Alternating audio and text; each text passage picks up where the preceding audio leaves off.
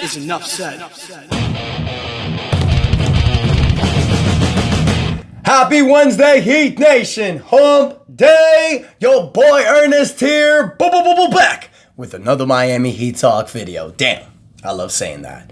Before we get started, you guys, please show support. Don't forget to like, share, most importantly, subscribe to the channel because we're on the road to 7,000 subscribers. Now that we got that out the way, let's go on another Miami Heat Talk adventure. Now, before we get started, you guys, unfortunately, we didn't hit the 100 like goal on the previous episode. We were very close, but we just weren't there. So on today's episode, if you guys get me to 100 likes on the next episode, I'll do a shout out on the comments. So appreciate your guys' support. Now, we've done a few episodes recently talking about potential trades. Who can the Miami Heat land? Who can the Miami Heat trade for? What are players that best fit? Yesterday, I cut an episode on the possibility of trading for Kevin Durant, but not just the trade, but specifically on how the fit works, what the roster would look like after a Kevin Durant trade. So if you haven't seen that, make sure to check that one out after you watch this episode. But on today's episode, you guys, I want to talk about the NBA draft.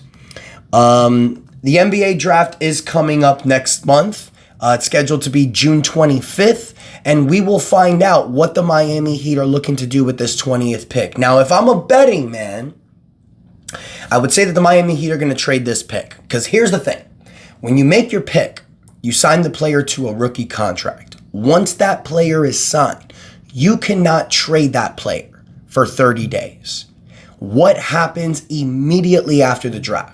NBA free agency, which usually starts about July 1st. You know, the moratorium period goes on for 7 days, and then that's when players officially sign their contracts. But the Miami Heat are looking to be players in the trade market this offseason. With all the assets that we have, you have 3 potential expiring contracts with Andrew Wiggins, Terry Rozier, and Duncan Robinson. Andrew Wiggins is on a player option for the 2027 season. You also have young assets like Jaime Jaquez, Kel'el Ware, Nikola Jovic, Pelle Larson. Then you also have 3 tradable first-round draft picks. These are 3 different assets that teams look for when they're looking to trade a superstar to create some flexibility for themselves. We know that. But I want to talk about the draft, you guys, because there is a possibility where the Miami Heat don't make a trade, where they possibly run this team back for another year, only because of those 3 players I mentioned that could be off their books after the 2026 season. The Miami Heat can find themselves with over $80 million in cap space after the 2026 season. So running it back for another year does kind of make sense on a financial standpoint. Or the Miami Heat can just decide, you know what? This build ain't working. We got to blow it up. Trade Bam and Tyler and try to get as much draft capital that you can. I doubt that's going to happen, but that is a possibility as well if the Heat aren't able to land their whale, supposedly.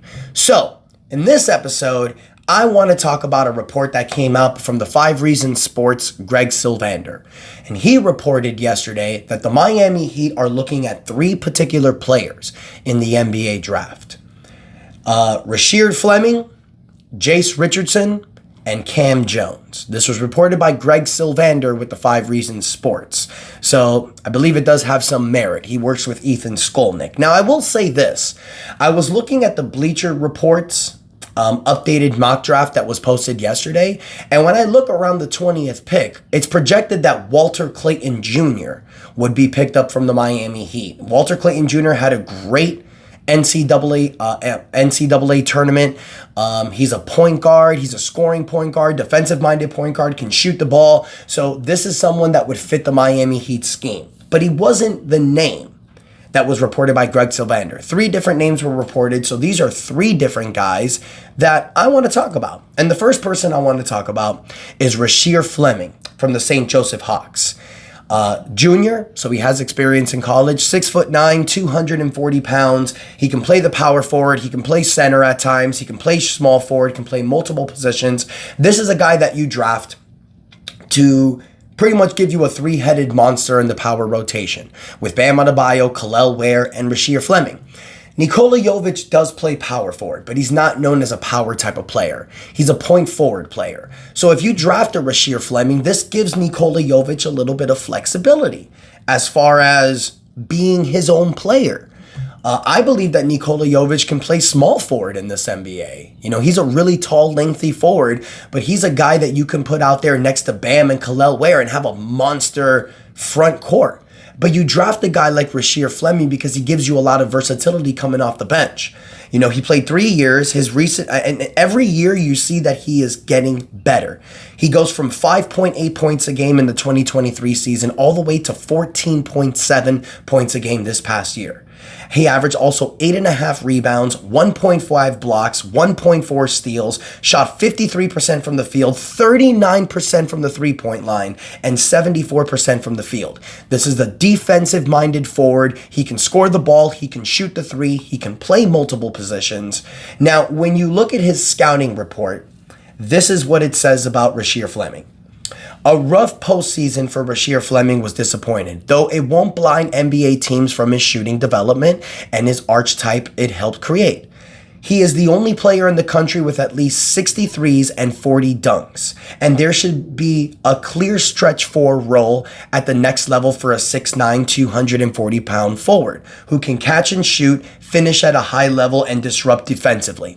Now, right now, Bleacher Report has him going 26 to the Brooklyn Nets. So it's around the same draft space. But when you look at a guy like Rasheer Fleming, you guys, what he can bring to your team, giving you the added depth that you need, especially for a big man, we got what we needed with Kel'el Ware and Bam Adebayo. But we noticed that when one of them comes off the bench, you're playing a lot of small ball. So Rasheer Fleming is going to answer those needs that you have. So I like Rasheer Fleming. I think he's a good draft pick. The other person that came up was Jase Richardson. From Michigan State Spartans. I remember Jase Richardson a few weeks ago was projected to go top 10. Dude averaged 12.1 points a game, 3.3 rebounds, 2 assists. He shot 41% from three, which is pretty nice, 49% from the field, and 83% from the free throw line. I mean, he's hovering with that 50, 40, 90 mark. This is a guy who's a slasher. He can play shooting guard, point guard, multiple positions. He gives you the depth that you need coming off the bench. You know, he had a really good NCAA tournament. So, I mean, this is a guy, his stock has gone down a little bit because of the emergence of other players. But if Jase Richardson can fall into your lap in the 20th pick, I don't think that would be a bad pick. I think Jase Richardson can also give you what you need because you do need some guard depth as well. We've mentioned in this draft, the Miami Heat need to look for two things: a big man or kind of a floor general point guard. Now, even though Jase Richardson is not a floor general point guard, he's another body that you can put out there as a guard to help you with Tyler Hero and Davion Mitchell moving forward. I wouldn't say this would be a bad pick. This would be a good pick for the Miami Heat if he becomes available. Then the final pick is not one that I think is gonna happen, but I mean, Kam Jones. Oh, I'm so sorry, you guys. I forgot to talk about Jase Richardson's scouting report, and I'm gonna mention that right now before we move on to Kam Jones. My bad. Scouts admire Jase Richardson's scoring efficiency and decision making. He's managed to produce consistency on low usage, making open threes, picking the right spots to attack, and finishing plays with advanced adjustments and instincts at the rim. But it also became clear that he offers more creativity than the numbers suggest. Richardson was one of the nation's most efficient ball screen scorers whose self-creation shined more and more and his role increased. This is a perfect option coming off the bench because the Miami Heat were missing scoring firepower off the bench. When Tyler would go to the bench, the Miami Heat would collapse offensively. You need a guy that comes off the bench that can score the ball. So Jase Richardson would be a good fit. Kam Jones, on the other hand, Kam Jones, when you look at his Bleacher Report, he's projected to go 36. That's in the second round. Played for Marquette, played point guard, shooting guard position. He's compared to Malik Monk. Had a great career in college. Played 4 years.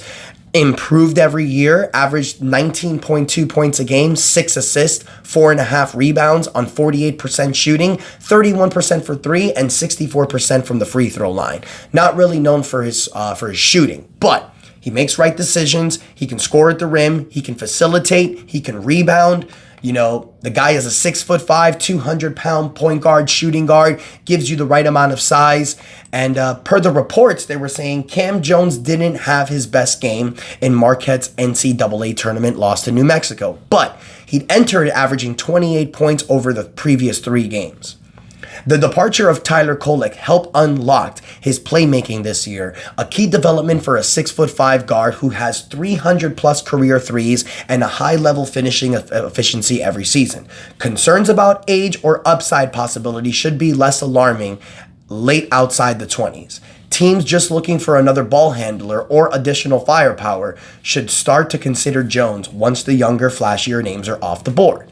I mean, that makes sense. You know, for the Miami Heat who are looking for scoring firepower off the bench, you know, if Jase Richardson isn't there, if Walter Clayton has been picked up and you see a guy like Kam Jones, you may be reaching in the draft a little bit, but, you know, I would understand this pick. Now, another reason I would understand is the Miami Heat trade up in the second round and get him if he's available. I just don't think picking him in the 20th pick is the best one because there's probably going to be better players at that position. We've seen a lot of times in the draft, players that are projected to go around the 10 to 15 pick, maybe sometimes higher, can fall. And that's when the Miami Heat can score. You saw it with Jaime Jaquez. You saw it with Kel'el Ware. You know, you saw it with Tyler Hero. You saw it with Bam Adebayo. The Miami Heat have been known to cash in on their mid-tier draft level players. So these are the 3 players that have been recorded by Greg Sylvander that the Miami Heat have interest in drafting. Now, like I said, if I'm a betting man, I predict that the Heat trade that pick.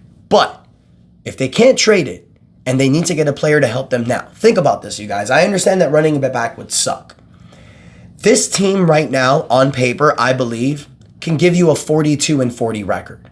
Maybe they can make it out of the play-in as long as they stay healthy. I really believe that. I really do. You give them a full year of training camp together. You have them develop a scheme. You're able to use that $14.1 million mid-level exception to get a player that can help you. You can use your 20th pick to trade for to pick a player like this. You put this team together with Spo's system. They could possibly be a top 6 team. But that's not what you want. You want to contend. You want to get a player that can help you win now. That's what I believe Pat Riley is looking for. So Heat Nation, I want to hear from you. Where do you think the Miami Heat are going to go? Do you think they're going to try to trade this pick to get their whale like Kevin Durant? Or do you think one of these 3 players can help the Heat now, maybe use that mid-level exception, run this team back for 1 more year, and you'll have over $80 million in cap space after the 2026 offseason, and now you can sign your superstar level player next to Bam and Tyler. Guys, Luka Doncic hasn't signed his contract extension. He may, but he may be available in that offseason. Trae Young may be available in that offseason. There's going to be a lot of players available in the 2026 offseason. So it may be pretty interesting if the Heat decide to run it back.